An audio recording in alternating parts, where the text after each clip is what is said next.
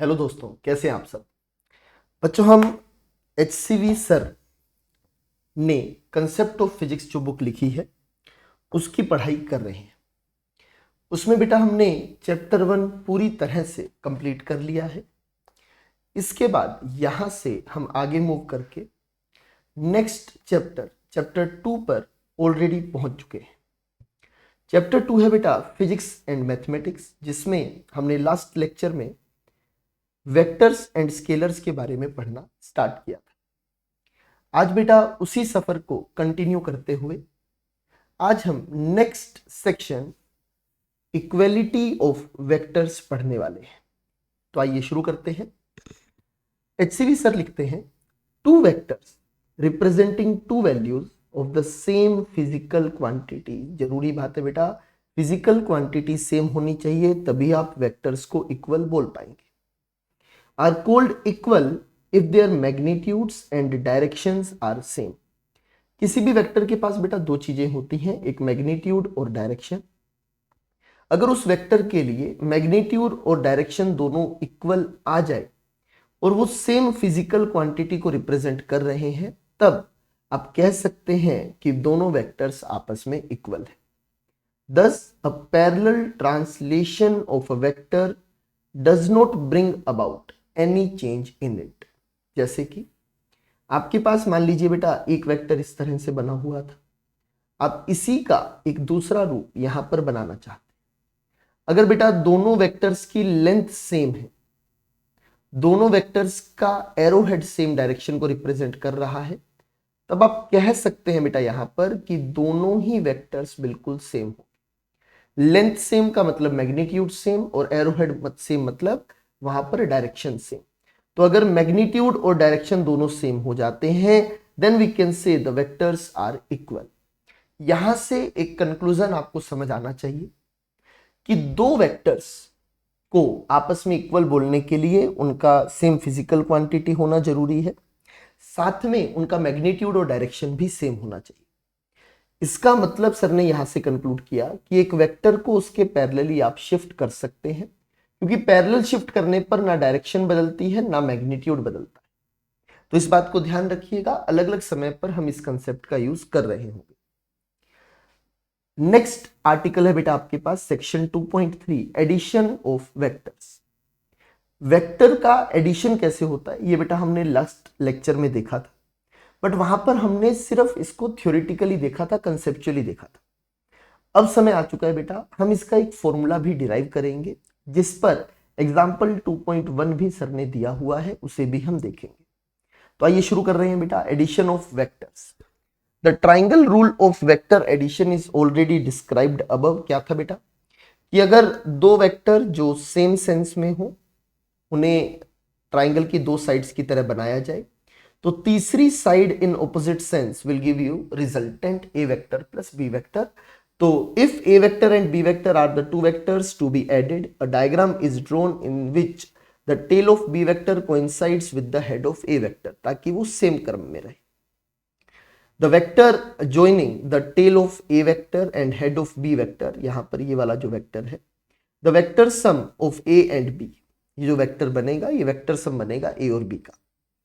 Figure 2.4a shows the construction, बिल्कुल उसी चीज को एक्सप्लेन भी कर रहे हैं। The same rule may be stated in a slightly different way। ये ट्राइंगल रूल से आता है बेटा, और इसको नाम दिया गया है पैरेललोग्राम रूल। कि ट्राइंगल की प्रॉपर्टीज से भी आंसर निकाला जा सकता है, पैरेललोग्राम की प्रॉपर्टीज से भी आप आंसर निकाल सकते हैं। कैसे देखिएगा, we draw the vectors a vector and b vector with both the tails coinciding। Triangle में आपने सेम सीक्वेंस रखने की कोशिश की थी, टेल और हेड को मिलाया था। यहां पर पैरेललोग्राम में ए वेक्टर और बी वेक्टर को ऐसा रखा है ताकि उनके टेल से टेल मिले। यहां पर देख सकते हैं बेटा, ये भी बी वेक्टर था, ये भी बी वेक्टर है, क्योंकि आप पैरेलली शिफ्ट कर सकते हैं। अभी हमने इसी बात को समझा। We draw the a vector and b vector with both the tails coinciding, taking these two as the adjacent sides। We complete the parallelogram. देखिएगा, दो एडजेसेंट साइड्स बनाते हुए आपने एक पैरेललोग्राम यहां पर कंप्लीट किया। एक तरह से ये बी वेक्टर को रिप्रेजेंट कर सकता है, ये ए वेक्टर को रिप्रेजेंट कर सकता है, अगर आप एरो भी बना लें, राइट। तो आगे सर यहां पर बताते हैं, the diagonal through the common tails gives the sum of the two vectors, this in the figure A B vector plus A C vector आपको क्या मिलेगा बेटा, ए डी वेक्टर। आइए देखते हैं, A B vector plus A C vector क्या मिलेगा बेटा आपको, A D vector. Similar diagram है बेटा, बस एक बार ट्राइंगल बनाकर समझाया गया और एक बार आपको पैरेललोग्राम बनाकर समझाया गया है। तो ध्यान रखिएगा, ट्राइंगल बनाएं तो इस तरह की कहानी लगेगी, और अगर पैरेललोग्राम बनाएंगे तो डायगोनल आपको रिजल्टेंट देगा। कौन सा डायगोनल, डायगोनल तो सर दो हो सकते हैं, तो कौन सा डायगोनल बेटा, जो कॉमन टेल से निकलेगा वो डायगोनल। तो आइए देखिएगा, आगे सर बताते हैं, suppose the magnitude of A vector A है, बी वेक्टर का मैग्नीट्यूड बी है, what is the magnitude of A vector plus B vector and what is its direction, ये हमारा सवाल है। क्योंकि अगर हमें रिजल्टेंट बताना है तो हमें डायरेक्शन और मैग्नीट्यूड दोनों बताने पड़ेंगे, क्योंकि किसी भी वेक्टर को कंप्लीटली डिस्क्राइब करने के लिए आपको मैग्नीट्यूड और डायरेक्शन दोनों पता होने चाहिए।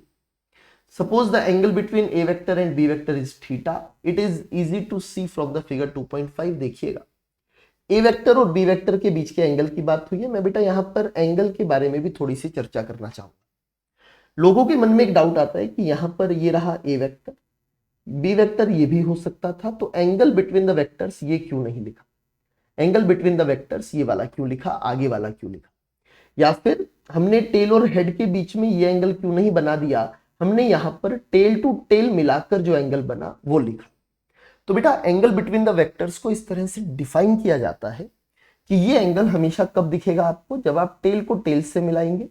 इवन आप हेड को हेड से भी मिला सकते हैं, जैसा यहां देखिए ये ए वेक्टर है, ये बी वेक्टर है, तो हेड और हेड जहां मिलेंगे इस एंगल को भी बोल सकते हैं। तो अगर ये थीटा है तो बेटा सामने वाला एंगल भी थीटा होगा। तो जब भी एंगल बिटवीन टू वेक्टर्स आपको लिखना है तो आपको वहां पर ध्यान रखिएगा, या तो टेल से टेल जुड़ी हो या फिर हेड से हेड जुड़ा, तब जो उनके बीच एंगल बनेगा छोटे वाला, उस एंगल को आप एंगल बिटवीन द वेक्टर्स बोलेंगे। तो हमारे पास ए वेक्टर और बी वेक्टर के बीच का एंगल थीटा है। यहां पर सोल्व कर रहे हैं बेटा, एक परपेंडिकुलर ड्रॉ किया, तो इसकी लेंथ अगर बी थी तो ये लेंथ हो जाएगी ट्रिग्नोमेट्री से B sine theta, perpendicular will be B sine theta and base will be B cos theta. हमें एडी चाहिए, एडी की लेंथ चाहिए, तो एडी की length will be A B plus BE का whole square plus E D का whole square. तो इन दोनों को जोड़ेंगे तो पाइथागोरस से आपको ये वाली लेंथ एडी मिल जाएगी। वैसा ही लिख भी रहे हैं, AD square is A B plus BE whole square plus DE square. BE जो लाइन है बेटा देखिएगा ध्यान से, ये छोटा राइट एंगल ट्राइंगल आपको दिख रहा होगा, ये लेंथ बी है, एंगल थीटा है, it will be B sine theta और ये आ जाएगा B cos theta from the trigonometry. Even आप चाहें तो याद भी रख सकते हैं, जिसके साथ थीटा लिखा जाता है उसके साथ बेटा कोस थीटा आता है, इस बात को आप चाहें तो याद भी रख सकते हैं। और दूसरे वाली साइड क्या हो जाती है, साइन थीटा। तो आइए देखते हैं, यहां पर A B will be A and BE will be B cos theta, तो ये बनेगा A plus B cos theta and DE is B sine theta. तो स्क्वायर ओपन करना आपको आता होगा बेटा, अगर आप स्क्वायर ओपन करेंगे तो देखिएगा ये बनेगा A square plus B square cos square theta plus 2ab cos theta. साथ में बेटा बी साइन थीटा का होल स्क्वायर ओपन करेंगे, it will be B square sine square theta. ध्यान से देखिए बेटा, ये वाली term B square cos square theta, ये वाली term B square sine square theta, ये दोनों में बी स्क्वायर कॉमन आकर sine square theta plus cos square theta कितना हो जाएगा, 1। आइडेंटिटी होती है क्या कि sign square theta plus cos square theta हमेशा क्या रहेगा, 1।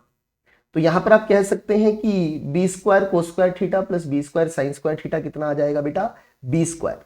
तो आप डायरेक्ट रिजल्ट लिख पाएंगे A square plus B square plus 2ab cos theta, ये एडी स्क्वायर आया।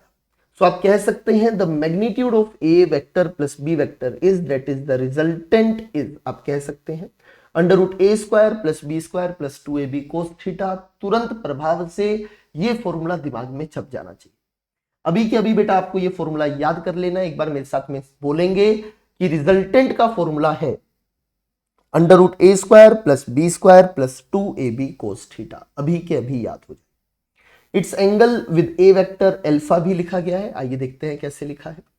ए वेक्टर के साथ इसका एंगल लिखना है बेटा, तो टेल से टेल मिला, ये वाले एंगल की बात हो रही है अल्फा। अल्फा लिखेंगे, बड़ा ट्राइंगल देखिए बेटा, बड़े ट्राइंगल में tan alpha is perpendicular upon base, that is DE divide by AB plus BE। तो देखिएगा DE divide by AB plus BE that is AE लिखा है। DE हमें पता है कितना है बेटा, B साइन थीटा, तो वो लिख दिया, divide by A plus B cos theta लिखा गया।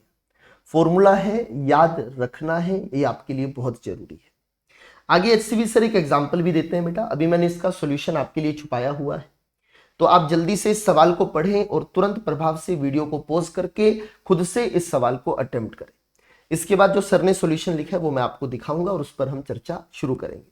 सवाल क्या है, two vectors having equal magnitudes A, same magnitude के वेक्टर्स हैं, स्टार कर लीजिएगा, याद रखना है जो रिजल्ट आएगा, an angle theta with each other, find the magnitude and direction of the resultant, ये आपसे डिमांड है। तो बेटा अब आप वीडियो यहां पर पॉज कर दीजिए, खुद से सोल्व करें, उसके बाद आंसर देखें, मैं यहां पर आपको इसका सॉल्यूशन दिखाने वाला हूं। ठीक है, देखिए सर ने इसे कैसे सोल्व किया है, the magnitude of the resultant will be, वही बेटा कैसे लिखेंगे, ये रिजल्टेंट आएगा R, रिजल्टेंट को कैसे लिखा जाए, A² plus 2AB cos theta, दोनों ही वेक्टर्स का मैग्नीट्यूड A है इसलिए आपने हर जगह A लिखा, ये बनेगा 2A², ये बनेगा 2A² cos theta, 2A² common बचेगा 1 प्लस कोस थीटा। बेटा मैं आपको एक फॉर्मूला बताना चाहता हूं, याद रखेंगे आप लोग फॉर्मूला, ट्रिग्नोमेट्री का मैथ्स में पढ़ाया गया फॉर्मूला है, मैं अभी आपको बता रहा हूं, कोशिश करें ये फॉर्मूला आपको याद रहे। फॉर्मूला है बेटा cos theta is equal to 1 minus 2 sine square theta by 2। एक और फॉर्मूला है बेटा cos theta is equal to 2 cos square theta by 2 minus 1। Right, ये दोनों फॉर्मूले आपको याद रहें, हाफ एंगल फॉर्मूला के नाम से ये फेमस रहते हैं, आपको ये याद होने चाहिए। इसमें देखिए बेटा आपको 1 प्लस कोस थीटा दिख रहा है, जब भी बेटा किसी भी सवाल में आपको 1 और कोस थीटा एक साथ दिखे, प्लस माइनस कैसा भी हो, 1 और कोस थीटा एक साथ दिखेगा तो आपको ये हाफ एंगल फॉर्मूलाज को तुरंत याद करना है। हाफ एंगल फॉर्मूला को याद करना है कैसे बेटा, हमें कौन चाहिए, 1 plus cos theta, 1 plus cos theta मिल जाएगा अगर आप 1 को इधर ले जाएंगे, अगर आप 1 को इधर ले जाएंगे बेटा देखिएगा तो यहां पर ये कितना बचेगा, 2 कोस स्क्वायर थीटा बाई 2। तो मैं 1 प्लस कोस थीटा, समझिएगा 1 प्लस कोस थीटा को लिखने जा रहा हूं 2 कोस स्क्वायर थीटा बाई 2। तो अगर आप 1 प्लस कोस थीटा को 2 कोस स्क्वायर थीटा बाई 2 लिखेंगे तो 2 मल्टीप्लाई होकर 4 बनेगा, it will B 4A² cos square theta by 2। उम्मीद करता हूं ये कैलकुलेशन आपको समझ आई होगी, एक बार आप अपने हाथ से खुद से भी इस कैलकुलेशन को लिखकर देखें। आगे बढ़ेंगे बेटा, रिजल्ट आया 4A² cos square theta by 2, 4 का अंडर रूट 2, A² का under root A, cos square theta by 2 का under root cos theta by 2। Result है, याद रखना है, अगर दो वेक्टर, कंडीशन सुनिएगा, अगर दो वेक्टर जिनका मैग्नीट्यूड आपस में इक्वल है उन्हें जोड़ा जाता है, उनके बीच का एंगल है थीटा, तो जो रिजल्टेंट है that will be 2A cos theta by 2। Right, बात आती है इनके बीच में एंगल पता करने की, तो आइए एंगल देखते हैं। आप एक बात सिंपली सोच सकते हैं बेटा, अगर दोनों का मैग्नीट्यूड सेम है, मतलब दोनों की लेंथ सेम है, तो ये पैरेललोग्राम आपके पास रोम्बस बन जाएगा। और रोम्बस की एक बात खास आपको पता है बेटा, एक खास बात आप सीखते हैं कि इसका जो डायगोनल है, मतलब जो रिजल्टेंट बनेगा वो एंगल बाइसेक्टर होता है। तो अगर टोटल एंगल थीटा है तो अल्फा जो आएगा वो अपने आप थीटा बाई 2 आएगा। डायरेक्ट ऐसा भी सोच सकते थे, अगर आप ऐसा डायरेक्टली नहीं भी सोचना चाहते हैं तो आइए सोल्व करें। tan अल्फा बेटा मैंने आपको लिखना सिखाया था, ठीक है, कैसे लिखा जाता है सुनिएगा, एक जुगाड़ बता रहा हूं आपके लिए। जुगाड़ क्या है सुनिएगा, मैथ नहीं है, फिजिक्स नहीं है, जुगाड़ है, बस याद करने के लिए। अल्फा ए के साथ एंगल है, नीचे ए चिपका दीजिए, प्लस में ऊपर बी नीचे बी। tan अल्फा क्या होगा, sine alpha by cos alpha, तो हम लिख देंगे sine theta by cos theta. याद रखने का तरीका है बस, ए के साथ एंगल निकालना है तो नीचे ए बचा बी ऊपर नीचे, tan क्या होता है साइन बटा कोस, तो वो लिख दिया। यहां पर आपके पास ए और बी दोनों इक्वल थे, अगर दोनों इक्वल थे तो बेटा देखिएगा यहां पर ए तो एज इट इज रहने दिया, नीचे बनेगा बेटा ये हो गया ए प्लस ए कोस थीटा। अगेन यहां पर ए कैंसिल आउट हो जाएगा, बचेगा sine theta divide by 1 plus cos theta. 1 plus cos theta दिखते ही बेटा हाफ एंगल में कन्वर्ट करेंगे, हाफ एंगल में कन्वर्ट किया तो ये आया 2 कोस स्क्वायर थीटा बाई 2। नीचे हाफ एंगल है तो ऊपर भी हाफ एंगल बनाएंगे बेटा। साइन थीटा का भी हाफ एंगल फॉर्मूला याद कर लीजिए, साइन थीटा का हाफ एंगल फॉर्मूला होता है 2 sine theta by 2 cos theta by 2, वही लिखा भी है 2 sin theta by 2 cos theta by 2 और नीचे 1 प्लस cos थीटा को लिख देंगे 2 cos स्क्वायर थीटा बाई 2 से 2 खत्म हो जाएगा, एक cos से एक cos खत्म हो जाएगा, it will be tan theta by 2। तो tan alpha is equal to tan theta by 2। यहां से आप कंपेयर करके लिख सकते हैं अल्फा बराबर थीटा बाई 2, जो डायरेक्टली अगर आपको ज्योमेट्री पता है तो उससे भी आप यहां पर लिख सकते थे। तो अगर दो वेक्टर्स का मैग्नीट्यूड सेम है तो उनका जो रिजल्टेंट है वो एंगल बाइसेक्टर पर होगा, इस बात को आप याद रखेंगे। Thus the resultant of two equal vectors bisects the angle between them, ये बात याद रखें और ये फॉर्मूला भी याद रखेंगे 2a cos थीटा बाई 2 अगर magnitude of two vectors equal होता है। और साथ में ये दोनों फॉर्मूले तो याद रखने ही है, 2.1 2.2 फॉर्मूलाज जो मैं बोलूं याद करना है उसको अलग से जरूर मेंशन करें बेटा। हो सके तो नोट्स भी बनाएं, हो सके तो हर चीज को मेरे साथ ही याद करते रहे। इसी तरह से बेटा हम लगातार अपनी पढ़ाई जारी रखेंगे। आज हमने HCV के सेकंड चैप्टर के 2 सेक्शंस कंप्लीट किए हैं, equality of vectors and addition of vectors. मैं कोशिश कर रहा हूं हर चीज आपको बहुत बेसिक बहुत डिटेल में बताई जाए। फिर भी अगर आपको लगे कि और ज्यादा एक्सप्लेनेशन आपको चाहिए और कहीं भी अगर आपको दिक्कत आ रही है कमेंट सेक्शन में बताइए। फिजिक्स पढ़ते रहिए, मोहब्बत अपने आप हो जाएगी। Thank you very much.